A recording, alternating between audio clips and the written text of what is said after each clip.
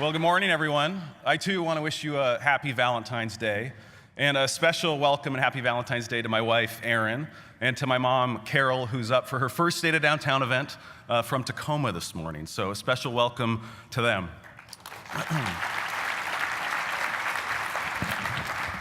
And I want to thank Mayor Durkin for being here and for her remarks, and congratulations to her on her election. We look forward to working with her team on some of these tough challenges and some of the great opportunities in front of us in this downtown. And thank you to Bruce Katz for your inspiring message about the power of a common vision and homegrown alliances and this bottom-up approach around new localism. I can say this is an approach that's in our DNA as an organization. So today I want to set some context about cities that's really right in line with Bruce's remarks. And then I'll focus on the 4 key areas that we use to measure the health of downtown, sort of downtown's vital signs, the number of people living, working, shopping, and playing in our downtown. And finally, I'll identify a few encouraging trends and speak a bit about what they mean for our city and our downtown going forward. So let's start by setting some context. Today, we know that cities are at the center of innovation, of growth, of economic resiliency, of culture, and sustainability. 55% of the world's population now lives in cities. And this is up from 34% in 1960, and the number's only projected to grow in the coming decades. And at the core of our city, the downtowns, well, they are thriving like never before. People are seeking out proximity and walkability and vibrancy and convenience. And here at home, downtown Seattle is leading the way. We're attracting attention from across the nation and from across the world. We were named the hottest investment market this year by the Urban Land Institute, and we were named the second coolest city behind a place in California. We are on these lists and we're attracting this attention for very good reason. We have this incredible natural setting around this downtown. We have a spirit of innovation in Seattle. And arts, cultural, sports, retail, and an incredible food scene are all centered in this downtown. We have so much momentum. And there's been so much reported on downtown over the last year, so many headlines, enough to make your head spin. All the data and the stats and the trends and announcements of new projects, it's hard to keep up with all of it. And I was talking with our research team not too long ago about how we were going to digest this for everybody at this event. There's so much to keep up with. And we needed an infographic or an index, something to make it easy to digest. And they said, okay, yeah, we got this, we're on this. And this is what, I hadn't seen this. This is what they came up with. So on that axis, you have everything, I guess, and here you have time. All things are up downtown. That summarizes it, I guess. So everybody in this room knows it's a little more complicated than that. So we've taken all the facts and figures with some great analysis by our team and put it together in this report, and I invite you to take it with you as you leave today. And we track a lot of data on our downtown, but what we pay closest attention to are those 4 vital signs: live, work, shop, and play. We want to know what direction we're heading in, and how do we compare? So let's start with live. Downtown's residential population continues to soar. More than 70,000 people now call downtown Seattle home. We're one of the fastest growing downtowns in the country, and 8,000 new residential units will be completed over the next 2 years. My wife and I moved downtown in 2012 with our kids at the time. They were 3, they're twins, let me explain that. So we moved downtown about 6 years ago, and we've loved every minute of it, raising our kids in this very urban environment. And there's certainly a few things that are different in raising your kids in the middle of a city in this very urban downtown. And one of those is Halloween. So Seattle parents know that come about 5 o'clock every Halloween, it starts to rain. It can be dry all day, but at 5 o'clock it starts to rain, right? Every year. But downtown, you can escort your kids via the elevator in a warm hallway. You are dry. The best part is you can legally bring a glass of wine along. It's fabulous. The veteran downtown parents remember to bring the bottle along with them. Christmas is a little trickier. A few years ago, we got the question that every downtown dwelling parent fears from our kids. if we don't have a chimney and we don't have fireplaces? How does Santa get in this building? Oh dear. Through the window, of course. So we rigged a sign, put it on the window. Santa made it into the building and into our apartment that year. It's been a lot of fun watching my kids grow up in this incredible environment, and they are not alone. An increasing number of families are choosing to raise their kids in downtown Seattle. 361 babies were born to downtown parents last year, and there's more than 3,400 kids that now call downtown home. And we have pretty good amenities for kids and families in our downtown, whether you're a resident or a visitor. The Science Center and Seattle Center and MoHi and the aquarium and arts and culture, some great amenities. But we also have some work to do. Let me give you an example. School-age children are one of the fastest growing demographics in our downtown, growing 58% since 2010. But we lack public schools in our downtown. We lack an elementary, middle, and high school. And the schools that surround downtown are getting to capacity. There's some good news on this front, though. Just a few months ago, I was pleased to join school district and city leadership to announce a new high school at Seattle Center and plans to site an elementary school in our downtown to serve the growing number of families here. This is new localism at work.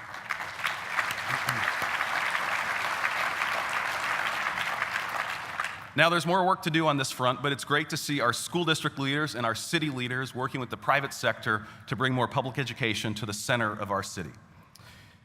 Since 2010, downtown has seen record job growth, which has outpaced the region. In those 7 years, enough folks have been hired in downtown to fill up CenturyLink Field. And we're all familiar with Amazon's incredible growth in the heart of our city, which has been fabulous for this city and this region.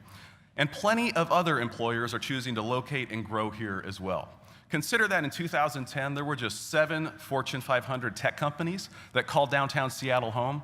Today, there are 31. And all the new people working in downtown are supporting a thriving retail sector.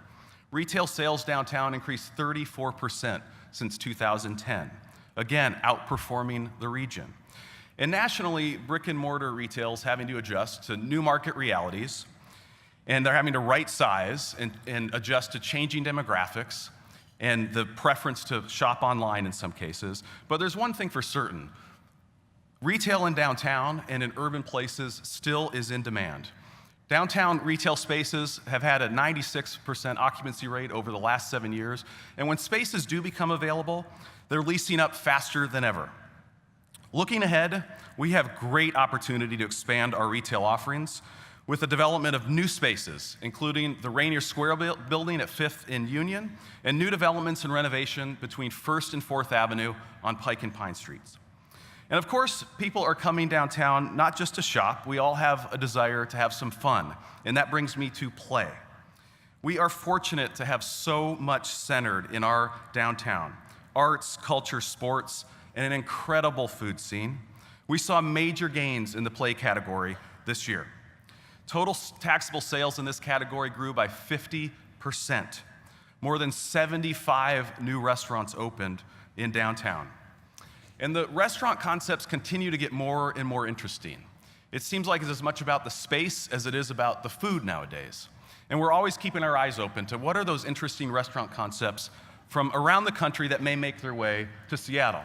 And if you were here with us last year, you remember this. This is dinner in the sky, this somewhat crazy idea of eating dinner a couple hundred feet in the air, suspended by a crane with some of your best friends. This is in 40 places in the country right now. It's not made its way to Seattle, to my knowledge. But thankfully, we have our own somewhat safer and more authentic version of this coming to downtown Seattle this year with a $100 million renovation of the Space Needle and a new glass floor. So this is fabulous. And talk about cool spaces to eat in. Back at ground level, Renee Erickson, the famed Seattle chef, recently announced she'll be opening new restaurants and eateries in Amazon's new Spheres. This is fabulous. I love Renee's cooking, all of her dishes, particularly her seafood dishes. And it's gotten me thinking that I'm hoping she will take a cue from Amazon and what they've done with the free community banana stand that's been so successful and open the nation's first free community oyster stand. Free oysters for all 7 days a week in the middle of downtown. It'd be fabulous. There's a petition in the lobby if you want to join me in supporting this. And those folks that are coming to play in downtown will have more places to stay, with 2,400 new hotel rooms that are under construction and will be completed in the next couple of years. The current GMs and owners of hotels are like, yeah, don't remind us. But I'm confident these will fill up with lots of new visitors that want to be in our city, including the Hyatt Regency at 8th and Howell, which will be downtown's largest hotel. So when we look at all the tremendous progress and the storylines and all the facts and figures on our downtown over the last year, we see some interesting patterns and storylines and trends emerge. There are three key trends I want to talk about, including mixing, sharing, and adapting.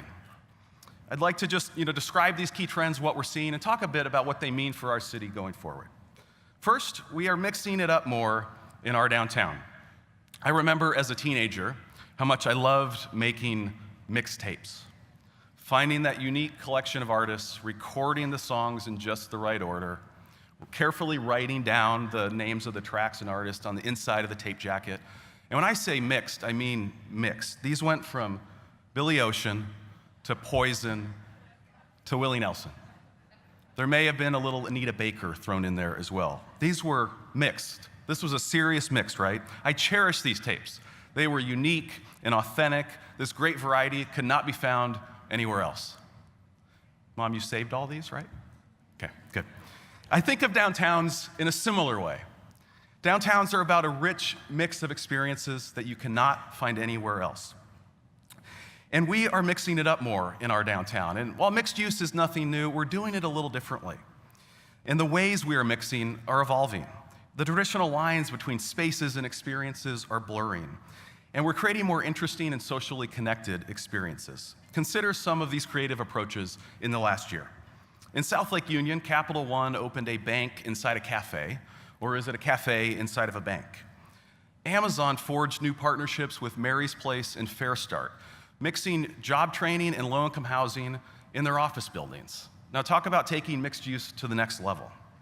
Another example, at 2nd and University, Skanska is elevating the traditional office lobby 85 feet in the air, creating a unique mix of retail and public spaces and public art, blurring the lines. And retail is mixing with restaurants and recreation and vice versa. Spin is a new ping pong / bar hall that opened at 6th and Pike in downtown a few months ago. Flatstick, a mini golf / sports bar, will open its second location in South Lake Union in a few months. And Upstream, Seattle's latest music festival, mixed live music throughout Pioneer Square in retail spaces, art galleries, office lobbies, and restaurants. And they'll be back in June with 200 performances spread throughout Pioneer Square. We are mixing it up more in our downtown and creating experiences that you can't find anywhere else. As we mix, we also find ourselves sharing more often. This is a photo of my kids that sits on my desk. And it's an example of bad sharing, right? Bad sharing. They've gotten better, thankfully. Bad sharing. But downtowns have always been places that fostered sharing. And what we're seeing today is an increase in sharing in our downtowns. We're seeing co-living and co-working places take off. Seattle's one of the country's top car sharing markets. ReachNow, Zipcar, and Car2Go have nearly 2,000 cars throughout the city. And there's 10,000 rideshare drivers employed in our city today. And we know that bike share returned to downtown Seattle and our city this year. And free-floating bike share is not exactly free, but it's pretty close at $1 a ride. And these bikes seem to be everywhere within our city, right? And I think we actually have a live shot of Fifth Avenue right now. Look, God, they're everywhere, right? And apparently we're still getting used to parking these bikes. It's not been quite a year since this has been here, and we've got to really make an effort on some of those, but we're still getting used to how to park these bikes, apparently. But kidding aside, these bikes have served a pretty important mobility purpose. They've been ridden by Seattleites a distance to the moon and back ×2 over the last 7 or 8 months. And electric bike shares just hit the road this week. This trend towards increased sharing in our downtown isn't surprising. The combination of smartphones and technology and people living and working more closely together is allowing us to share just about anything, We are increasingly sharing in the basics, like how we all get to work. And this has been one of the big stories in downtown Seattle this year. Seattle has really outshared the nation when it comes to how we commute as a city. The latest data shows that 75% of the folks coming to work each day to downtown are coming on a train, a bus, a bike, they're walking, or they're ride sharing, and some folks are telecommuting from home. That means just 25% are driving alone in their cars to work each day. This is an impressive stat. And nationally, transit ridership has been down in the last 2 years. In Seattle, it's up, and we've led the nation in this regard.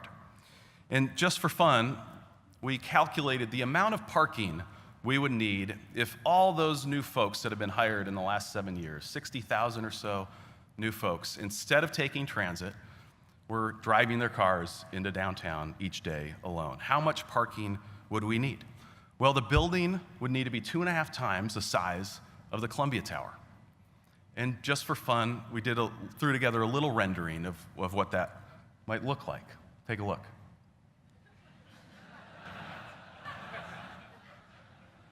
Wow.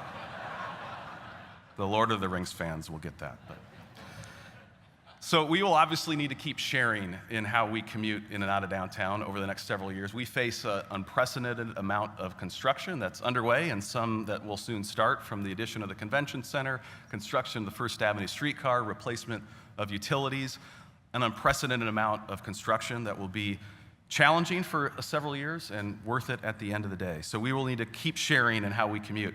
And if you're not already working with our team at Commute Seattle on a commute program for your employees and your tenants, give us a call. We're here to help. As we continue to creatively mix and share, our ability to use spaces in new ways is becoming more important. And that brings me to my third trend, adapting. Many of the spaces and places that have served one purpose for 50, 60, or 100 years are being transformed and repurposed to serve the needs of today's downtown. And here in downtown Seattle this year was an important and notable year for repurposing. The Eitel building at 2nd and Pike, built in 1904 by brothers David and Fred Eitel, which has sat largely vacant for the last 40 or so years, will soon be converted into a boutique hotel with a new ground floor restaurant just steps from the market. Pier 62 and 63, built in the early 1900s and used for fish canning and distribution on our waterfront, will soon transform and adapt into new recreation spaces and hubs for outdoor recreation, including pop-up basketball and soccer. The bus tunnel will convert to a light rail-only tunnel in the next year or so. And one of the biggest repurposing and adapting of our public spaces in the city will take place with a transformation of our central waterfront. When the viaduct comes down a year from now, the tunnel opens in the fall, and we have 20 new acres of parks and public spaces and trails and play areas. After 7 years of planning, we can finally see the light at the end of the tunnel on this project. I'm encouraged by all the sharing.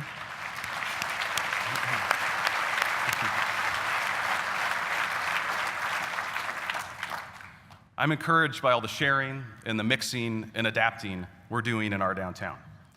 We're playing off our core strengths of an urban place. We're adapting to new demands. We're creating social connections and experiences that you can't find anywhere else and mixing it up more. And we're becoming more efficient places where we're sharing in the basics from how we get to work to knowledge. And as I highlighted earlier, we've seen incredible gains in those vital signs: live, work, shop, and play. We're headed in the right direction, and we're gaining market share.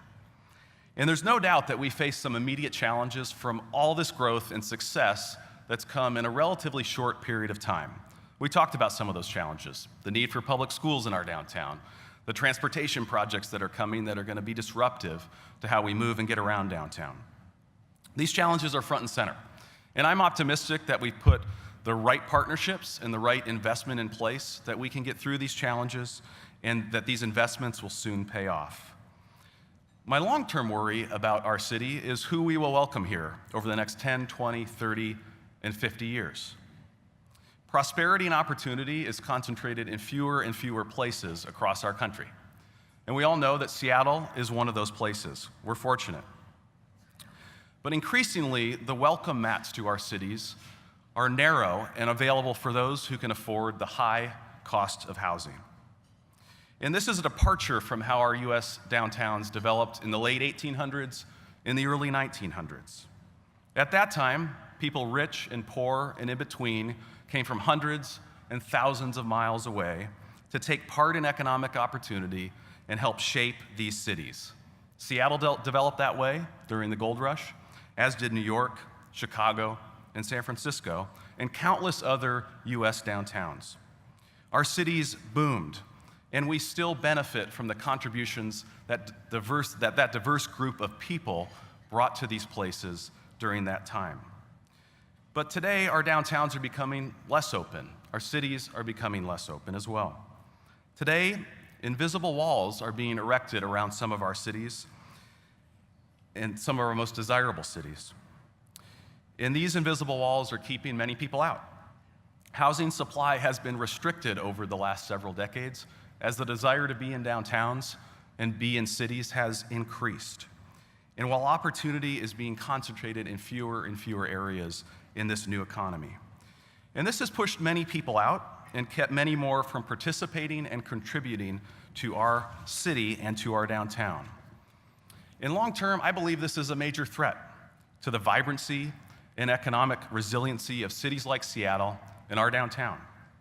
And already we see some great challenges that employers face in recruiting and retaining folks who are pushed further and further out from our city and our downtown, and the challenges that those employees face in getting to their jobs. The good news is we've put in place some historic and significant investment to build out a regional light rail system that will emanate outside of downtown. It will allow people to have more accessibility to the jobs and economic opportunity in Seattle. We will spend $7 billion just within the city alone to extend light rail outside of downtown over the next 20 or so years. But this is just half of the equation to a more inclusive and resilient city. We will not realize the full return on this investment in light rail transit if we don't make a commensurate decision and investment to lift the limits on housing supply in our city and increase housing options throughout the city of Seattle, and particularly around those light rail stations that will be built over the next 10 and 20 years. I believe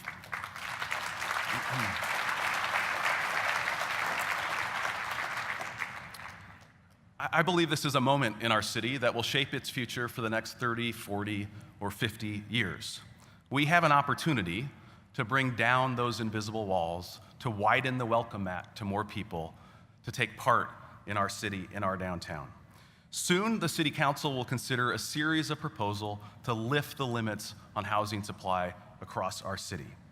We need your voice as part of this process to help take down these invisible walls and widen the welcome mat. We have an incredible opportunity here in Seattle to lead the way nationally and increase prosperity and opportunity at the same time. And this one is up to us. This one's about new localism. And I believe we are up to that task. We must embrace new localism here in Seattle around this issue of housing and get serious about creating more opportunities for more people to take part and contribute to this great mix here and ensure a healthy, vibrant core for decades to come. Thank you.